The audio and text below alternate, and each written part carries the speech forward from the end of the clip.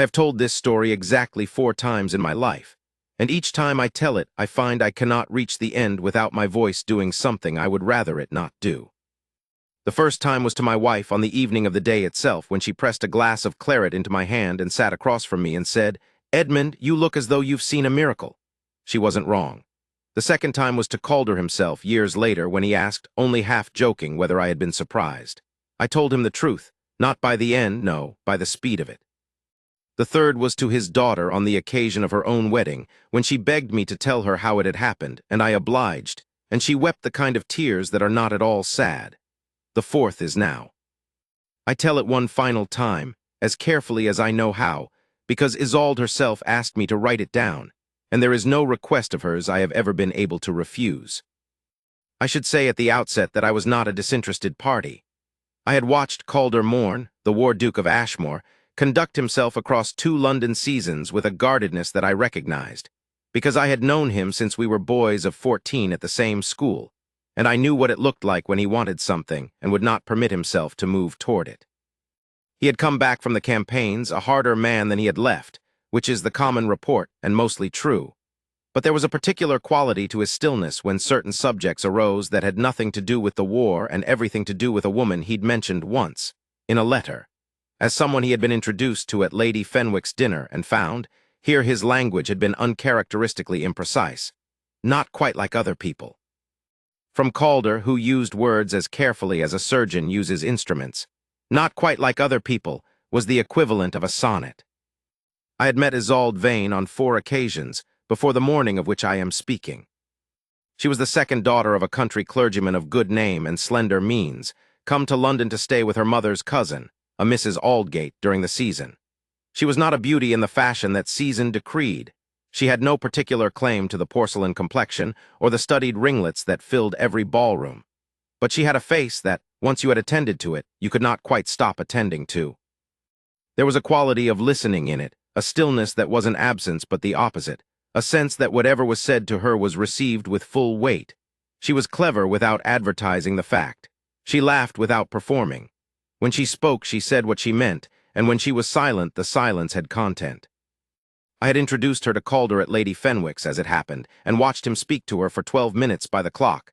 I noticed because he rarely spoke to anyone that long at such events, with an attention that he ordinarily reserved for military intelligence briefings. After she had moved away to join her cousin, he had said nothing. He had looked at the place where she had stood for a moment, then turned to examine the painting above the mantelpiece with the same expression. I thought, well, there it is. He did not call on her. He did not pursue an introduction through the proper channels. He attended 3 events at which she was also present and spoke to her briefly at each. With that careful brevity that was, I now understood, not indifference but its precise opposite. A man who trusted himself absolutely in battle and not remotely in this. He was 42, had buried a wife in his early 30s, carried whatever the campaigns had put in him, and had somewhere acquired the conviction that a woman of Isolde Vane's particular quality deserved better than what he considered himself able to offer. I knew this not because he said it. Calder never said such things, but because I knew him, and because I could read the particular angle at which he held his shoulders when she was in a room. He stood slightly differently when she was present. I noticed it the second time and confirmed it at the third and fourth. Not tension, precisely. He was not a tense man, his soldiers would tell you, and the quality I mean was not the braced alertness of a man before an engagement. It was something quieter and more permanent, a kind of heightened attention that manifested as stillness. He was listening for her. Even in conversation with other people, he was listening for her. Across a room, the way experienced soldiers listen to battle at a distance. Not urgently, but continuously, the way a man maintains his awareness of something that could at any moment require his full faculties. I watched him at Lord Aldgate's autumn dinner guide her through a remark someone else had made about the Italian schools of painting, his own views offered, and then immediately made subordinate to hers. He had spent time in Florence after the campaigns, had seen things she had only read about, and yet within 4 exchanges he was asking her what she thought rather than demonstrating what he knew. It was one of the more un-Calder things I had witnessed him do, and I stored it with some care. I watched him at the Carrington card evening place himself in the position least convenient for cards, and most convenient for an unobstructed view of the window seat, where she was talking with her cousin. and then spend the entirety of his hand looking at his cards rather than anywhere else, with the focused expression of a man who is concentrating on something that is not his cards. He lost 18 shillings and appeared not to notice. I said nothing about any of this, because to say something would have been to make him aware that he was legible, and to make Calder aware that he was legible was to guarantee that he would become immediately and entirely illegible instead. I held my counsel. I waited. And then she accepted Viscount Crestholt's proposal, and I watched Calder receive that news with a face as composed and unreadable as weathered stone, and I said nothing, because there was nothing to say. Crestholt was not an evil man in the way of great villains. He was something more ordinary and more corroding, a man of moderate means, moderate looks, and immoderate self-interest, who had understood that Isolde would make him a lovely, capable, uncomplaining wife, and who had given her precisely enough warmth during the courtship to be plausible. He had sat beside her at dinners and laughed at the appropriate moments, and sent flowers on the appropriate occasions, and I believe Isolde had taken him at his word, because she was the kind of person who extended good faith as a matter of principle until given concrete reason not to. I do not know when Crestholt received Miss Aldous Pemberton's letter, the one that apprised him of the altered state of her grandfather's will and the considerable sum now attached to her name, but I know it was before the morning of his wedding to Isolde, because what happened in St. Aldrich's Cathedral on that cold October morning could not have been improvised. It required a choice, taken in private, in cool blood. The cathedral held perhaps 500 people. The Vane family and their connections occupied the left transept. Crestholt's considerable social circle filled the right and the nave. I sat with Ashmore's party near the front. Calder had been included on the invitation list as a courtesy, given his rank, and had accepted, which surprised me at the time and does not surprise me now. He was seated 2 rows behind me and 1 seat to the left, which placed him with an unobstructed view of the altar. I turned once to look at him before the ceremony began and found him entirely still, his hands resting on his knees, his gaze on the far end of the nave where the great doors stood open to the autumn light. There was something in his posture that I catalogued, at the time as simply Calder being Calder, contained, present, reserving judgment. Only afterward did I reread it accurately. He had not come to wish them well. He had come because he could not come, because whatever he was going to do when the moment presented itself, he had not yet fully consciously decided, but his body had decided it some weeks before and had carried him to this pew. Isolde entered on her father's arm, and the congregation rose, as it does, and I rose with them and saw her and felt, in some anterior part of myself, that the situation was more complicated than I had understood it to be. She was beautiful in the specific way she always was, not assembled, not performed, but genuinely herself, that quality of wholeness she carried everywhere, and there was in her face as she walked that aisle something that I can only describe as the expression of someone who has decided to be equal to whatever is coming. She had committed herself. She was walking toward this marriage with the whole of her character intact, as she did everything, and the sight of it made something close in my chest. Crestholt waited at the altar with his 2 groomsmen and the officiating clergyman. He was pale, which I attributed to nerves, and he did not meet her eyes as she arrived beside him, which I also foolishly attributed to nerves. The service began. The opening prayers, the reading, the clergyman's address, all of it ordinary, all of it carrying that particular hush that descends on 500 people in a stone building when something real is happening. Candlelight from the altar moved in the draught from the high doors, the smell of cold stone and beeswax, and the faint, familiar sharpness of October air. I watched and listened and thought about nothing in particular until the moment the clergyman reached the declaration of intent. "If any person," the clergyman said, "has just cause or impediment." Crestholt moved. Not in protest, the gesture came from him, directed inward, a hand raised slightly and then lowered, as though he had rehearsed the motion and found it was not quite as easy in execution as in rehearsal. He turned to the clergyman and said, in a voice that carried clearly through the stone nave, I find I must ask for a moment's indulgence." A pause, the clergyman blinked. "I have become aware," Crestholt continued, and his voice was even, which was the worst thing about it, "of a prior obligation of a financial and familial nature that makes it not possible for me to, in good conscience, proceed." He did not look at Isolde. He looked at the clergyman, and then he looked at the floor, and then he looked somewhere in the middle distance that contained nothing and no one. The sound that went through the cathedral was not a single sound, but a kind of wave, breath, whisper, movement, 500 people adjusting their understanding of what they were witnessing. I heard a woman behind me say something in a low, horrified voice, and then stop herself. I heard from the vain section a sharp intake of breath that I thought might be Isolde's mother, and then a silence that was somehow louder than the sound before it. I turned to look at Isolde. She was standing at the altar alone. Her father had stepped back one pace, reflexively, as people do when something they do not understand happens, and she was perfectly still. Her hands were folded in front of her loosely, as though she had simply stopped mid-gesture and not yet determined what came next. Her face was, I search for the word, composed. Not blank, not collapsed. Composed in the way that a person's face is composed when they are exerting every faculty they possess toward a single end, and the end is not weeping in this place, not making a sound in this place, not giving 500 witnesses the satisfaction of her undoing. Her chin was level. Her eyes were dry. She was looking at the altar candles with the expression of someone doing a very precise internal calculation, and the calculation, I understood, was, how does a person survive this moment with herself intact? How does she carry this out of the cathedral without leaving any piece of herself behind on the stone floor? It was that stillness, that specific, absolute, defiant stillness, that was the last thing Calder Morn could bear. I heard him stand before I saw him move. In a cathedral that quiet, the sound of a man rising from a wooden pew is distinct and final.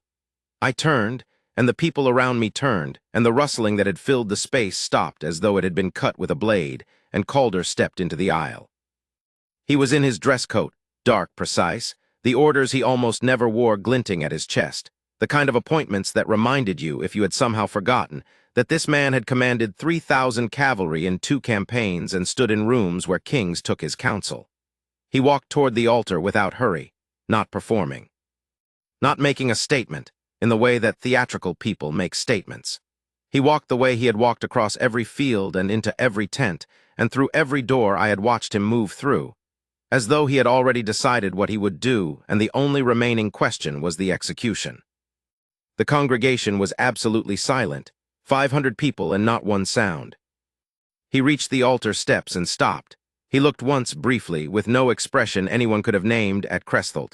Cresthult took one step back. It was the most honest thing he had done all morning. Then Calder turned to Isolde. He spoke quietly enough that I, in my pew 4 rows back, caught only fragments, and the 500 people behind me caught nothing at all. But I was close enough to hear the shape of it, and what I heard was this. He said her name first. He said it the way a person says a name when they have been holding it privately for a long time and have finally been granted permission to say it aloud. He said, I have wished for precisely this circumstance, Miss Vane, in only the one way, which is to say I have wished it for you in no way at all, because you deserved rather better than this morning, and I am sorry for it. A pause. But I find I have held my own counsel on a particular matter for 2 years and a season, and I cannot hold it any longer. If you would do me the very great honor of hearing me, not here, not now, but when you have had time to breathe, I would speak to you plainly of what I should have spoken of rather sooner. He said one thing more. I did not hear it. The clergyman shifted his weight and the prayer book rustled, but I saw what it did to her face, and that was enough. Some held thing in her expression moved, not toward collapse, but toward something else, something more complex and more human than the composed distance she had been maintaining. Recognition, I thought, the particular shock of being seen. Isolde looked at him. I watched her face shift through something remarkable, something that began in the wreckage of the last 4 minutes and moved, rapidly, through a series of adjustments I could not quite track from where I sat, and then settle into that quality of attention I had first noticed about her, that particular stillness that was not absence but the most complete form of presence. She was looking at him the way she had always looked at things that mattered, fully. Everything else in the cathedral, the congregation, the candles, the clergyman, Cresthult still standing 3 feet away in his ruinous composure, all of it receded, and there was only this. She said something, I did not hear it. He extended his arm. The pause that followed the moment between her decision and its expression was not long, but I have replayed it so many times that it has expanded in memory into something that contains its own interior weather. 500 people holding their breath. The candles on the altar, their light wavering in the stone cold. The clergyman with his book open and his mouth slightly ajar. Crestholt somewhere to the left, already receding into the irrelevance he had just voluntarily chosen. The great rose window throwing its October light down across the nave in long, pale shafts that moved across the stone floor and fell, just then, across the two of them at the altar steps. Isolde took his arm. She set her hand on his forearm, that gloved hand, steady, deliberate, and something in the set of her shoulders shifted minutely, as though something that had been held tightly for the past several minutes was released by a fraction. Not collapse. Adjustment. As though she had picked up a different weight than the one she had entered the cathedral carrying and found it unexpectedly entirely manageable. Calder covered her hand with his. One deliberate gesture, that was all. The sound that went through St. Aldrich's Cathedral at that moment was unlike the sound that had gone through it a few minutes earlier. It was not a wave of whisper and horror.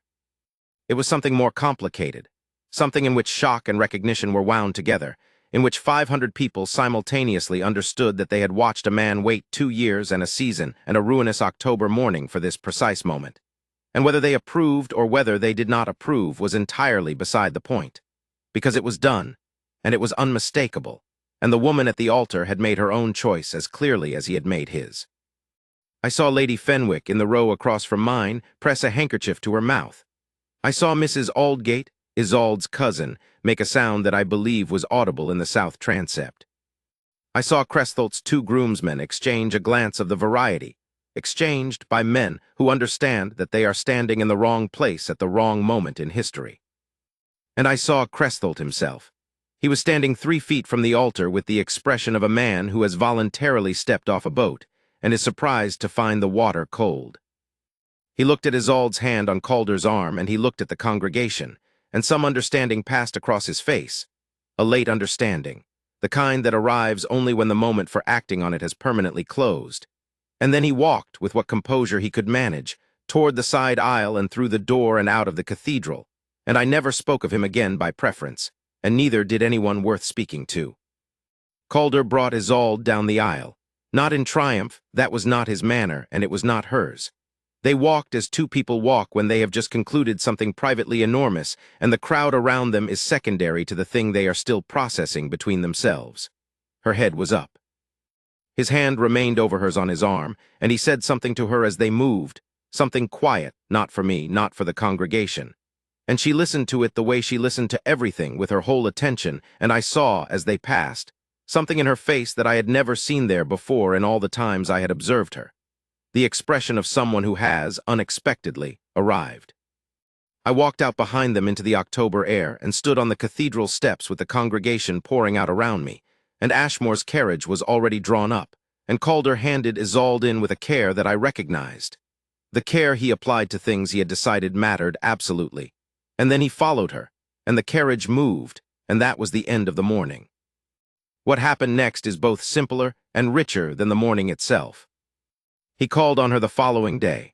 Not to press her, he was too careful for that, too conscious of what she had passed through 24 hours before, but to sit with her in Mrs. Aldgate's drawing room while the London gossip raged outside, and to be present, and to be steady in the way he was steady, which was very steady indeed. The gossip was considerable. In the 12 hours since the cathedral, the story had circulated through half the drawing rooms in London with the speed and the variations that such stories always acquire. Some accounts had him challenging Crestholt in the nave. Others had Isolde fainting, which she had not, being constitutionally disinclined to faint. But the core of it, which was true and undeniable and witnessed by 500 people, was already fixed. The War Duke of Ashmore had risen from his pew and crossed the cathedral and claimed a woman who had just been abandoned at the altar, and she had taken his arm. Whatever anyone made of it, it had happened, and it could not be unmade. Mrs. Aldgate served tea and left the door slightly open and removed herself to the far end of the passage, which was the most substantial act of diplomacy I witnessed that season. He came again the day after and the day after that. He did not make formal declarations. He did not press his suit in the ceremonious manner, not immediately. He talked to her, which was what she needed, and she talked back, which was what he needed. And on the occasions I was present, I sat in the corner with a book I did not read and observed that conversation was not quite the right word for what they did, because conversation implies a somewhat equal reciprocity of subject and duration. Whereas what happened between Calder Morn and Isolde Vane in Mrs. Aldgate's drawing room was more like two people who had each been conducting a separate internal argument for 2 years and a season, and had finally found a person willing to hear the argument stated aloud. She asked him about the campaigns, which no one asked him about, because people were afraid of the answer, or afraid of the man, or afraid of what such asking implied about the social compact that preferred the campaigns to remain abstractly heroic rather than specifically remembered. He answered her fully, which he did for no one else. He told her about the winter at Verndal, and the particular silence of a forest in snow when you have 300 men depending on your next decision, and the way a man's character clarifies under those conditions in ways that peace never quite manages. She listened to it all without flinching, and without the performance of bravery that people sometimes put on when hearing difficult things, and that performance-less listening, I think, was what sealed whatever was already sealed.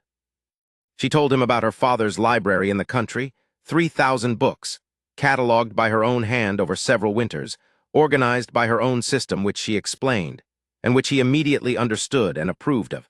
And he asked questions with the particular focused attention of someone who finds a subject interesting rather than someone who is performing interest. And there is a considerable difference between the two, and she noticed it immediately. She told him about the winter she had spent translating a commentary on Virgil because the published translation was inadequate, and it was either translate it herself or read it badly. And he looked at her for a long moment, and then said something that made her laugh. And the laugh was the real kind, unguarded, the kind she deployed without thinking when something genuinely caught her off guard. On the 4th visit, he told her what he had told me only in fragments over the preceding 2 years, that he had watched her for 2 seasons with an attention he had been too cautious, or too doubting, or too much a soldier's species of coward to act upon. That he had persuaded himself she deserved a younger man, an easier man, a man with fewer rooms in himself that had been permanently closed by war and loss. That he had watched her accept Crestholt's attentions with the particular feeling of a man watching something he values be undervalued, and had held his own peace because he believed, wrongly, that what she wanted was not him. That he was, in point of fact, sorry for every moment of those 2 years, and a season in which his own restraint had failed to serve her. She listened to all of this with that quality of full attention she brought to things that mattered. And then she said, I heard this third hand from Mrs. Aldgate, who had been rather closer to the door than decorum required, that she appreciated his candor, and that she would offer him some of her own, which was that she had noticed him at Lady Fenwick's dinner, and had thought, in the months that followed, that he was the most interesting man she had ever been introduced to who had the most thoroughly persuaded himself to be unreachable.